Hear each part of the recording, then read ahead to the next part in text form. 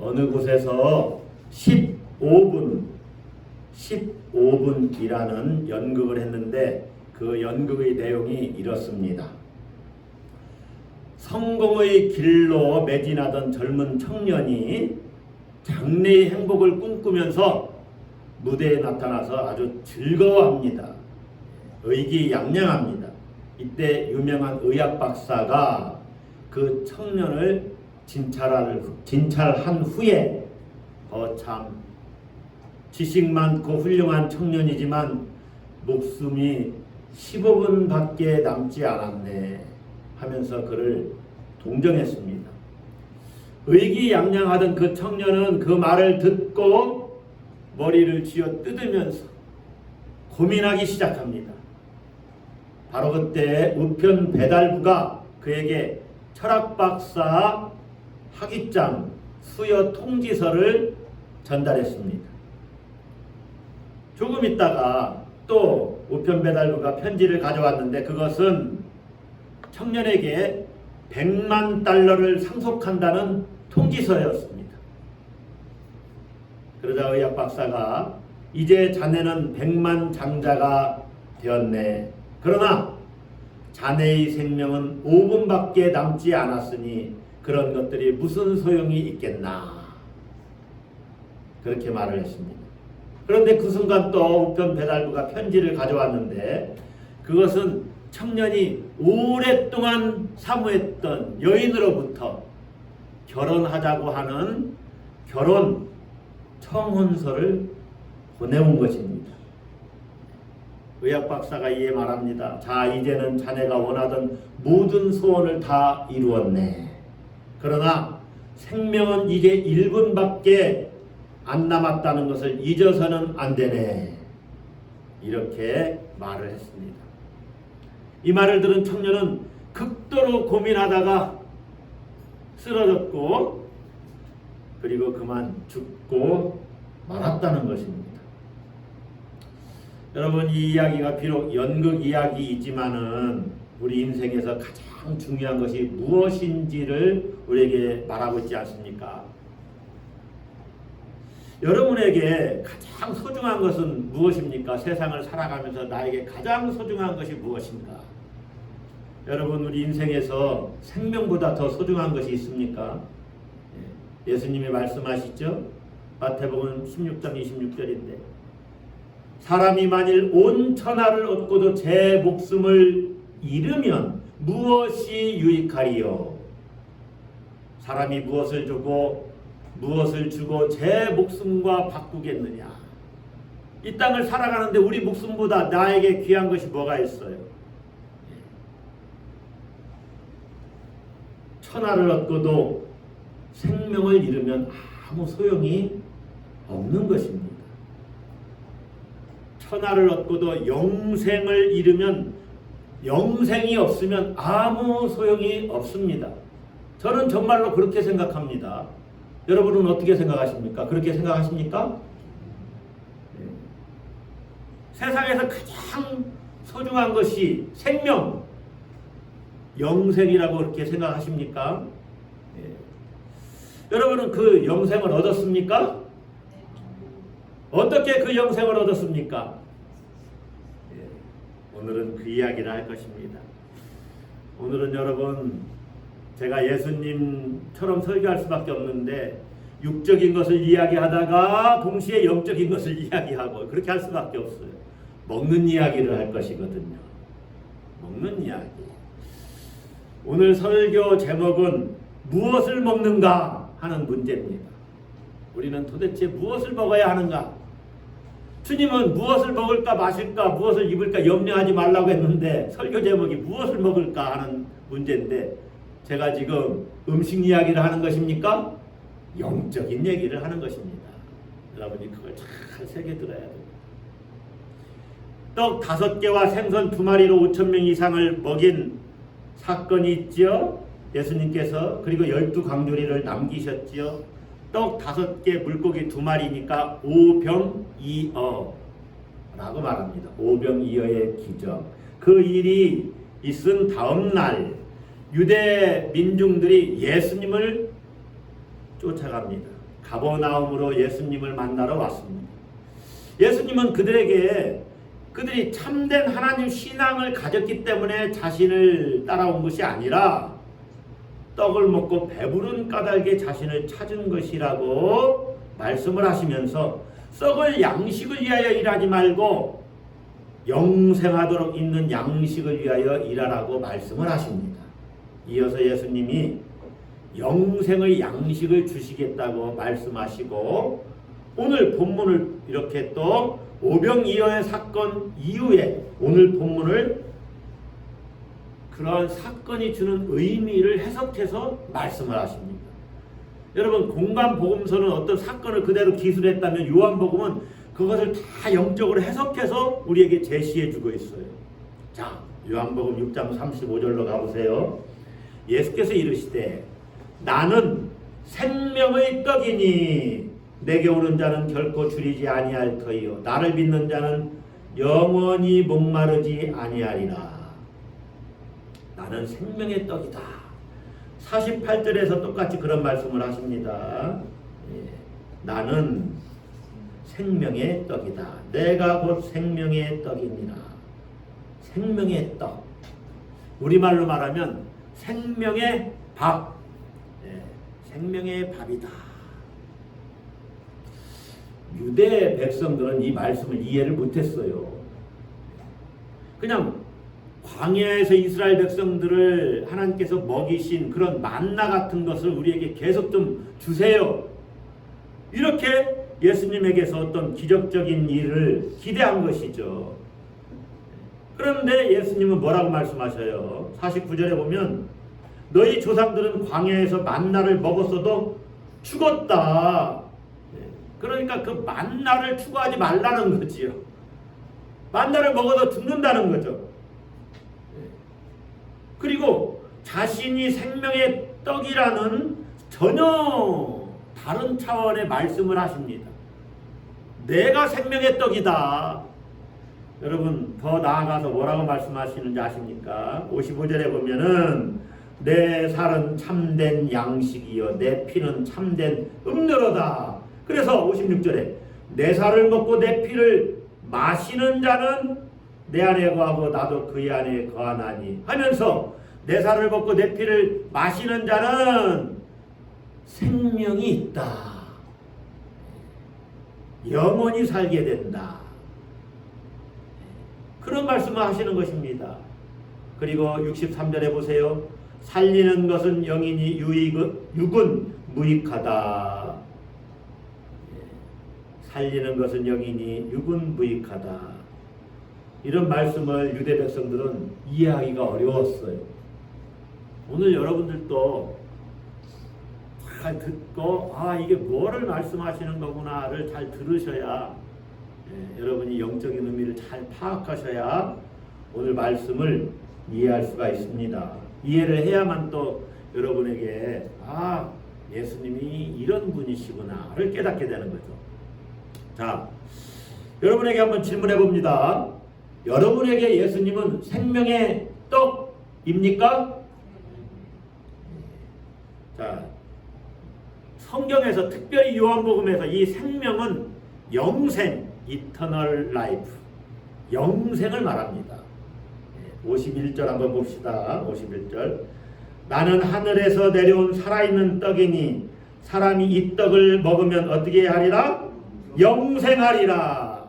생명의 떡인데 영생한대요. 그러니까 생명은 곧 영생입니다. 같은 의미예요. 헬라어로는 조에라는 단어를 씁니다. 조에. 생명이 영생이다. 그래서 47절에서 이렇게 말하죠. 진실로 진실로 너희에게 이르노니 다 같이 있습니다. 믿는 자는 영생을 가졌나니. 여러분, 이 말씀과 아까 51절 말씀이 같은 거예요. 떡을 먹는 자는 영생을 얻는 것인데 47절에서는 어떠한 자가 영생을 가졌어요? 믿는 자가 영생을 가졌어요. 그러니까 먹는 것은 곧 믿는 것입니다. 이거는 여러분 죽을 때까지 잊어버리면 안 됩니다. 성찬식에서 떡과 포도주를 먹고 마셔요. 그게 뭐 하는 거예요? 예수님을 믿는 겁니다. 먹는 건 맞습니다. 먹는 것이 믿는 것입니다. 따라서 합시다. 먹는 것이 믿는 것이다. 여러분 지금 설교자를 통해서 선포되는 하나님의 말씀을 여러분이 듣습니까? 안 듣습니까? 듣습니까? 말씀을 그럼 듣습니까? 먹습니까? 듣고 먹습니다. 먹는 것이 뭐 하는 겁니까? 예수님을 믿는 것입니다. 그런 의미가 있어요. 자, 먹는 것은 믿는 것이고 믿는 것이 곧 먹는 것인데 그 먹는 자가 영생이 있습니다. 생명이 있습니다.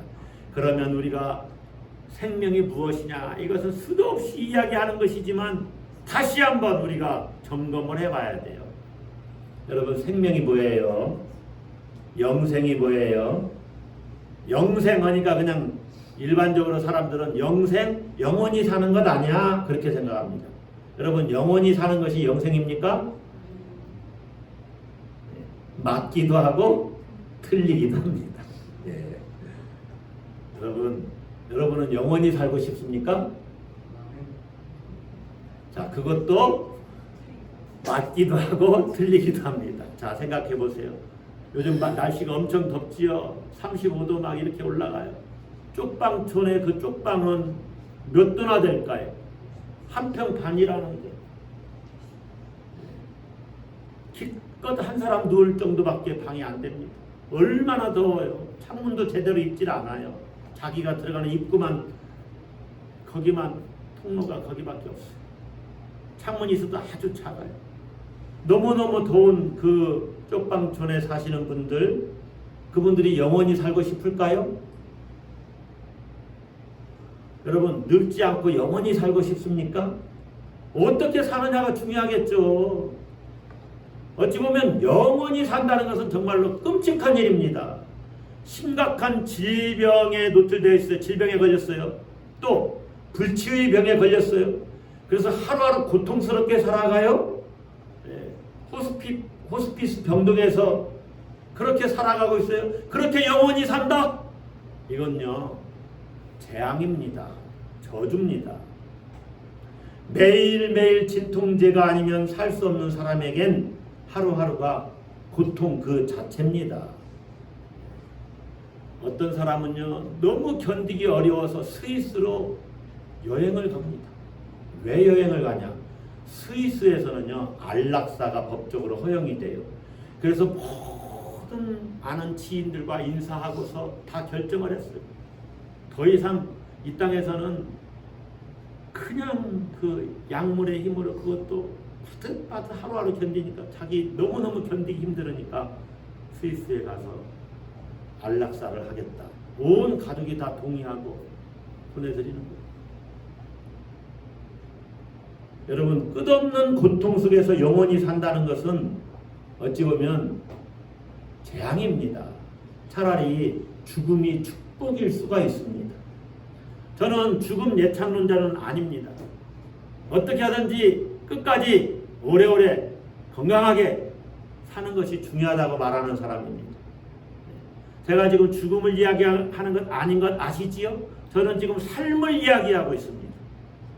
삶을 이야기하고 있어요. 여러분, 인간이 몇 년을 살아야만 만족할 수 있을까요? 과학의 힘을 빌려서 200~300년 살면 만족할 수 있을까요? 동물 장기를 떼서 붙이고 또 인공 장기를 이식하는 방식으로 1000년을 산다면 만족할 수 있을까요? 지금 이 상태로 이 땅에서 영원히 사는 것이 과연 축복일까요? 한번 생각을 해봐야 돼요. 지금 시대를 장수 시대라고 합니다. 장수 시대에 우리가 살고 있어요. 지난달 7월이지요. 7월 10일을 통해서 우리나라도 초고령 사회로 진입을 했습니다. 이미 진입을 했어요. 초고령 사회, 65세 이상 노인 인구가 이제 1000만 명을 넘었다고 하고 전 국민의 20%를 넘었습니다. 전 국민의 노인 인구가 전 국민의 20%가 넘는 사회를 초고령 사회라고 하는데 우리나라가 벌써 그렇게 됐어요. 그러니까 5명에 한 분은 65세인 겁니다. 문제는 뭐냐? 노인들의 그 재정 문제가 문제예요. 또 건강 문제가 문제예요. 우리나라가 선진국이면서도 노인 빈곤율이 OECD 회원국 중에서 가장 높아요. 선진국인데도 노인들은 빈곤하다 그 말이에요. 노인이 되어서 여러분 오랫동안 가난하게 살아야 된다는 얘기입니다. 은퇴하고서 3, 40년을 더 살아야 되는데 자녀들 교육, 자녀들 또 우리나라는 참 그런 나라잖아요. 자녀들의 결혼 때까지 다 책임을 져주잖아요. 대학 입학금도 다 부모님이 대줍니다. 그러다 보니까 정작 자신의 노후를 위해서는 준비를 못하는 거예요. 또 특별히 베이비 부모 세대라고 하는 60년대생 이런 분들이 부모님을 부양하면서 자식들까지 책임지다 보니까 자신들의 노후를 대책을 못 세운 거죠. 그래서 가난하게 살아야 된다는 거예요. 그런데 얼마 살지 않으면 괜찮은데 또 오래 살아야 되니 큰 문제지요. 그러면서 건강 문제가 함께 따라옵니다. 건강하게 장수하면 좋겠는데 그렇지를 못하면 하루하루가 고생이지요. 이것은요 몇 사람의 문제가 아니에요. 우리 모두의 문제입니다. 평균 수명은 계속 늘어나고 있는데 건강 수명은 그렇지 못하니 우리 모두가 앞으로 겪어야 될 문제가 되는 것이죠. 여러분 우리가 주님 안에서 지혜롭게 잘 대처를 해야 됩니다. 노후를 잘 준비를 해야 돼요. 염려하지 말라고 그랬지 계획하지 말라고 하지는 않지 않습니까? 열심히 준비했는데도 할 수 없으면 할 수 없는 거죠. 그러나 준비를 해야 됩니다. 제가 가끔 말씀드리지만 재수 없으면 몇 세까지 살아야 돼요? 100세가 넘게 살아야 돼요. 저는 아무래도 김영석 교수님 그 정도는 살 수 있을 것 같아요. 104세.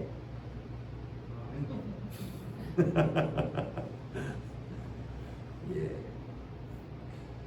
여러분 정말 준비를 잘해야 돼요.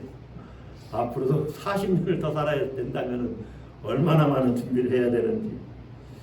자, 다시 질문을 합니다. 성경이 말하는 영생이 무엇입니까? 예수님 말씀에서 답을 한번 찾아봐야 되겠죠. 자, 50절로 갑니다. 다 같이 읽습니다. 이는 하늘에서 내려오는 떡이니 사람으로 하여금 먹고 죽지 아니하게 하는 것이니라. 여기 답이 있지요. 영생이 뭘까요? 죽지 아니하는 것. 자, 잘 이해를 해야 돼요. 죽지 않는 게 영생이에요? 그럼 영생하는 사람이 하나도 없죠. 이 세상에 사는 사람들은 모두 다 죽습니다. 그렇죠? 그게 인간의 숙명이에요. 예수님을 믿든지 믿지 않든지 다 죽습니다. 육체적으로 다 죽어요. 그런데 예수님은 어떻게 말씀하셨어요? 죽지 아니하게 하는 것이니라. 죽지 않는 것을 말하지요. 예. 여기서 우리가 죽음의 문제가 뭐냐를 잘 이해를 해야 됩니다. 죽음은 실제로 아무도 피할 수 없는 숙명인데 예수님은 생명의 떡이신 자기를 믿는 자, 자기를 먹는 자, 이 먹는 자가 죽지 않는다고 말씀을 하세요. 이것은 실제로 우리가 이 땅에서 죽지 않는다는 그런 말씀이 아닙니다. 이건 뭘 말하냐? 따라서 한번 하겠습니다. 새로운 생명으로 변화된다. 새로운 생명으로 변화된다. 그것을 말하는 거예요. 새로운 생명으로의 변화. 이것이 죽지 않는 거예요. 새로운 생명으로의 변화가 뭡니까? 이게 부활입니다. 부활. 지금 주님은 부활을 말하는 거예요. 그래서 예수님은 하늘의 떡을 자신이 하나님의 하늘에서 내려온 떡인 것을 말씀하시면서 39절, 40절, 44절, 54절에서 계속해서 같은 말씀을 하시는데 그게 뭐냐? 내가 그를 마지막 날에 다시 살리리라 하는 말씀이에요. 44절만 한번 볼까요? 나를 보내신 아버지께서 이끌지 아니하시면 아무도 내게 올 수 없으니. 다 같이 읽습니다. 오는 그를 내가 마지막 날에 다시 살리리라. 이게 죽지 않는 거예요. 하나님에게 연결된 자는 그래서 죽지 않습니다. 믿습니까? 네. 새로운 생명으로 변화된다. 다시 살린다는 것은 변화된다는 것입니다. 이것은 마지막 날에 일어나는 사건이에요. 그 배후에 하나님이 계십니다. 생명은 하나님이 주시는 거예요. 여러분, 그런데 그 마지막 날에 일어나는 그 사건이 지금과 연결되어 있다는 것을 여러분이 잘 인식을 해야 돼요. 종말론적인 생명이 지금 여기 우리에게 연결되어 있어요. 우리 화단에 서양 무궁화꽃을 심었어요. 보셨습니까? 서양 무궁화꽃? 예. 우리나라 무궁화꽃과 좀 다르죠? 그런데 그 꽃을 우리가 올해 화단을 조성했잖아요. 그 꽃이 너무 싹이 작다? 줄기가 작아요? 씨가 작았어요? 키가 작아요? 그래서 내년에 필 것을 예상을 했는데 감사하게도 하나님께서 오늘 설교를 위해서 그랬을까요? 꽃이 피었어요. 자, 내년에 필 그 무궁화 꽃은 올해 안에 숨겨져 있는 거예요. 연결되어 있어요. 여러분 안에 지금 부활의 생명이 있어서 부활이 여러분과 연결되어 있어요. 이걸 보시면서 살아야 돼요. 그래서 죽어도 살겠고, 그런데 오늘은 죽지 않는다 그래요. 죽지 않는데요. 예수님의 말씀의 의미를 그때그때 문맥을 따라서 잘 이해를 해야 돼요. 우리는 죽어도 살고 살아서 주를 믿는 자는 죽지 않는 겁니다. 영원히 사는 거예요. 할렐루야. 이것은 다른 생명의 깊이를 이야기하는 거예요. 생명의 길이가 아니라 깊이예요. 깊이. 질적으로 완전히 차원이 다른 생명을 말하는 것입니다. 그 부활이 예수님에게 선취가 됐죠. 예수님에게 일어났어요. 그래서 진짜 생명은 뭐냐? 예수님의 그 부활 생명을 말하는 거예요. 영원한 생명을 말하는 거예요. 여러분은 그 부활 생명이 여러분에게 있음을 믿습니까? 믿습니까? 네, 믿음을 가져야 됩니다. 여러분, 우리 안에 부활 생명이 있음을 믿습니다. 자, 그러면 또 한번 생각을 해보세요. 여러분에게 어떻게 부활 생명이 있습니까? 믿음으로. 할렐루야. 맞습니다. 그런데 제가 원하는 답은 아니에요. 오늘 성경이 말하는 답이 따로 있어요. 어떻게 해서 여러분에게 부활 생명이 있죠? 그렇죠. 먹었으므로. 생명의 떡을 먹었기 때문에 여러분 안에 생명, 영생이 있는 것입니다. 할렐루야. 무엇 때문에 여러분이 새로운 생명으로 변화될 것을 우리가 믿을 수 있느냐? 생명의 떡을 우리가 먹었다는 것이죠. 먹었어요. 믿는 자는 영생을 가졌나니 그랬는데 예수님은 생명의 떡이신 자신을 먹은 자는 50절로 다시 갑시다. 이는 하늘에서 내려온 떡이니 사람으로 하여금 어떻게? 먹고 죽지 아니하게 하는 것이니라. 예수님을 먹은 자는 믿은 거죠. 먹은 자는 죽지 않아요. 생명이 있어요. 예. 51절에도 사람이 이 떡을 먹으면 영생하리라. 기가 막힌 말씀이죠. 여러분, 생명의 떡을 먹으면 생명이 있는 것입니다. 할렐루야. 물을 마시면 내 안에 뭐가 있어요? 대답을 못 하시는 거 보니까 제가 물을 한 잔 먹어야 되는. 제 뱃속에 뭐가 있죠? 드라마를 너무 많이 보시는 분은 내 안에 너 있다 이렇게 답할 거예요. 네, 물을 마셨으니까 물이 있습니다. 술을 마시면 뭐가 있어요? 술이 있어요. 예. 여러분, 그래서 먹는 것이 중요한 거예요. 생명의 떡을 먹었으니 생명이 있는 거예요. 무엇을 먹느냐, 이것이 중요한 거예요. 왜냐하면 먹는 것이 사느냐 죽느냐를 결정합니다. 더운 여름철에 냉장고를 너무 과신하면 안 됩니다. 예. 너무 오랫동안 계란 삶아서 냉장고 안에 넣어놓는 거 보름 후에 꺼내보세요. 먹을 수 있나? 먹을 수 없어요. 예. 여러분, 우리는 음식을 먹음으로 살지요. 우리가 경험적으로 잘 압니다. 뭘 알아요? 생명이 꺼져가는 자들은요, 음식을 먹지를 못합니다. 음식을 안 먹으면 죽지만 죽어갈 때는 또 음식을 못 먹습니다. 그러니까 음식이 곧 생명이에요. 먹어야 사는 것입니다. 여러분, 그런데 먹어야 살지만 잘 먹어야 됩니다. 아까도 말씀드렸지만 상한 음식 먹을 수 있습니까? 먹을 수 없습니다. 왜냐? 우리가 먹는 것이 우리를 살리느냐 죽이느냐를 결정하기 때문이에요. 요즘 날씨가 너무 더우니까 사람들이 밥맛이 없다, 입맛이 없다 그렇게 말합니다. 그렇다고 먹지 않습니까? 그래도 먹어야 됩니다. 먹어야 살기 때문에. 우리가 먹어야 사는 것이 분명합니다. 그런데 중요한 것이 있습니다. 먹는 것은 우리와 존재적으로 하나가 됩니다. 제가 물을 마셨죠. 이 물이 이제 내가 되는 거예요. 내가 먹은 음식이 곧 내가 됩니다.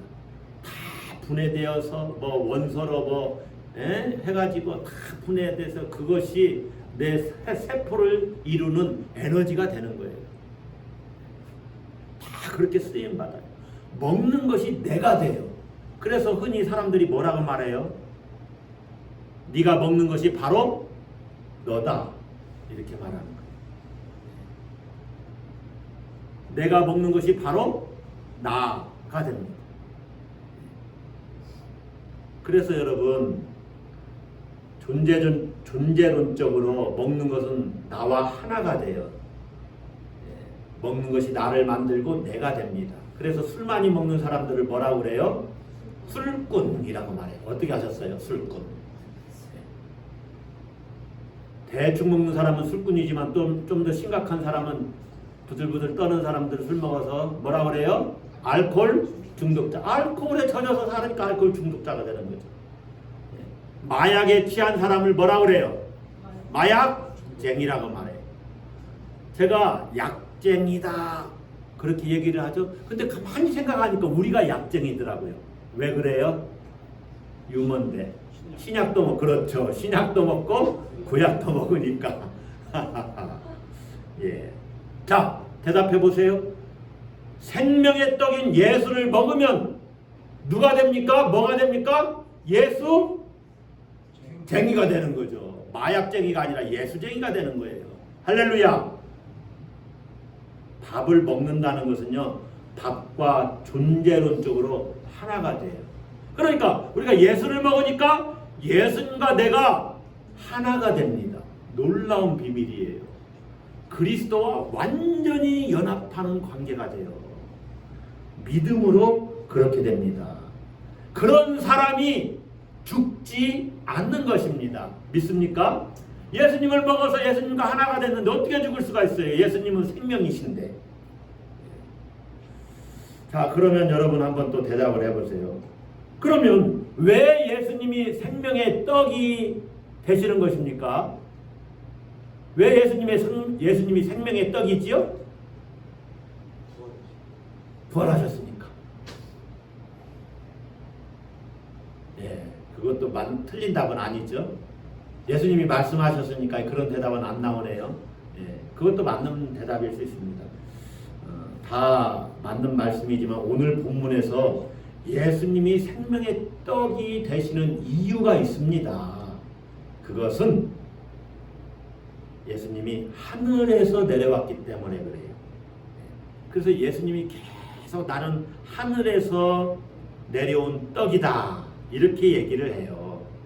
41절에서도 그렇죠. 자기가 하늘에서 내려온 떡이라 하심으로 50절도 마찬가지예요. 이는 하늘에서 내려온 떡이니. 예. 51절에 나는 하늘에서 내려온 살아있는 떡이니 리빙 브레드. 살아있는 떡이다. 하늘에서 내려왔기 때문에 예수님이 생명의 떡이 되시는 겁니다. 여러분, 이 하늘은 궁극적인 생명의 세계를 말합니다. 예, 은유죠, 은유. 메타포. 하나님은 하늘에 계시다고 그랬죠? 그 하늘이 어디예요? 생명의 세계를 말하는 거예요. 예수님이 부활하신 후에 하늘로 올라가셨다고 그랬죠? 그리고 우리도 하늘에, 우리의 시민권이 어디에 있다고 그래요? 하늘에 있다고 그래요. 이 생명의 세계를 말하는 거예요.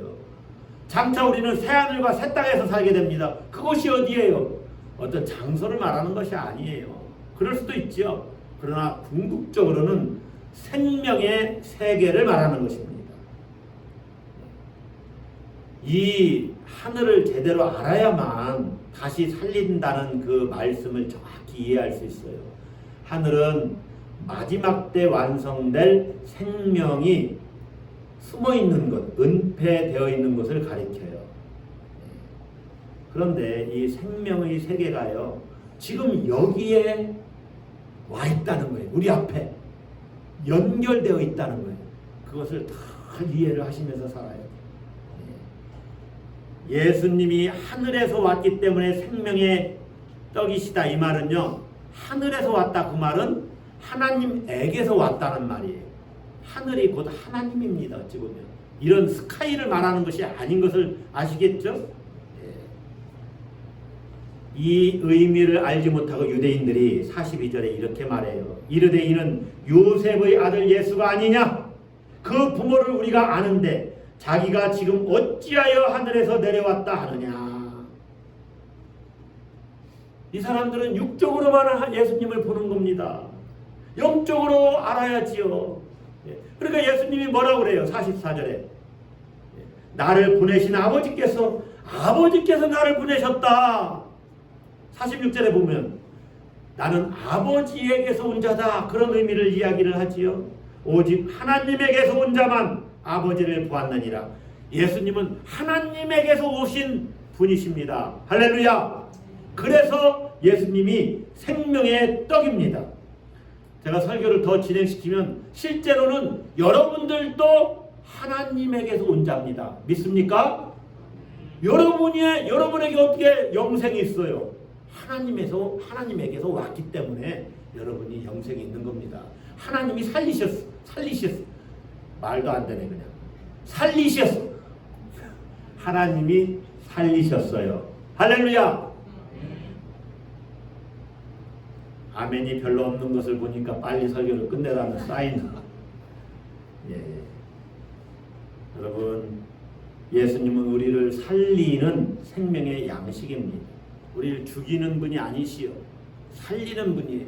그러니까 정말로 여러분이 예수님을 믿으면, 정말로 예수님을 우리가 먹고 있으면 우리는 삽니다. 우리가 사는데 뭐가 걱정이에요? 돈이 없어서 걱정이에요? 조금 건강치 않아서 걱정이에요? 우리를 살리신다니까는요, 그분이. 그러니까 무엇을 얻을까 무엇을 잃을까 염려하지 않아도 되지요. 세상 다른 어떤 것을 부러워하지 않아도 되지요. 두려워하지 않습니다. 왜냐하면 생명의 떡이신 예수님이 우리를 살리실 것을 알기 때문입니다. 예수님이 우리를 살리신다. 거기에 우리의 운명을 걸어놓고 우리는 우리에게 주어진 삶을 용감하게, 용기 있게, 힘 있게 그렇게 살아가면 되는 것입니다. 여러분은 그렇게 살고 있습니까? 여러분, 사람들이 말합니다. 잘 먹어야 건강하게 삽니다. 맞는 말씀이죠. 잘 먹어야 건강하게 삽니다. 그럼 잘 먹는 게 뭐예요? 많이 먹는 것이 잘 먹는 겁니까? 어떤 분이 그런 말씀 하시더라고요. 이제부터 맛으로 먹지 말고 건강으로 드세요. 저도 이게 실천이 잘 안 되는 사람이에요. 맛있으면 그냥 먹습니다. 건강 생각 안 하고. 근데 여러분, 맛있다고 다 몸에 좋은 것입니까? 아니잖아요. 맛있다고 독약을 먹을 수는 없잖아요. 여러분, 맛있는 것 먹는 것이 잘 먹는 것이 아닙니다. 또 많이 먹는 것도 잘 먹는 것이 아닐 수 있습니다. 폭식, 과식, 야식 모두 다 몸에 해로울 수 있습니다. 간식이 때로는 참 우리 활력을 줄 수도 있습니다. 그러나 간식도 때로는 잘 먹는 것이 아닐 수 있습니다. 잘 먹는 것은 뭐냐? 건강에 좋은 것을 먹는 것이 잘 먹는 것이고, 내 몸을 살리는 음식을 먹는 것이 잘 먹는 것입니다.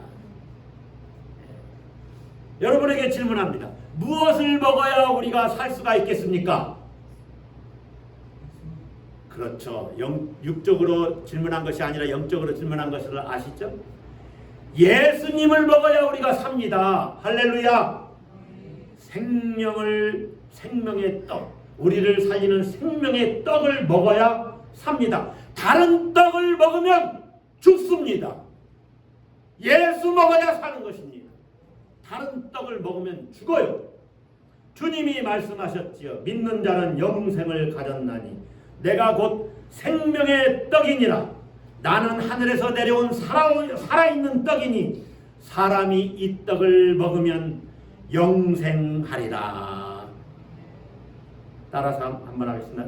나는 하늘에서 내려온 살아있는 떡이니, 나는 생명의 떡이니 사람이 이 떡을 먹으면 영생하리라. 여러분은 지금 무엇을 먹고 있습니까? 앞으로 여러분은 무엇을 먹을 것입니까? 기도합시다.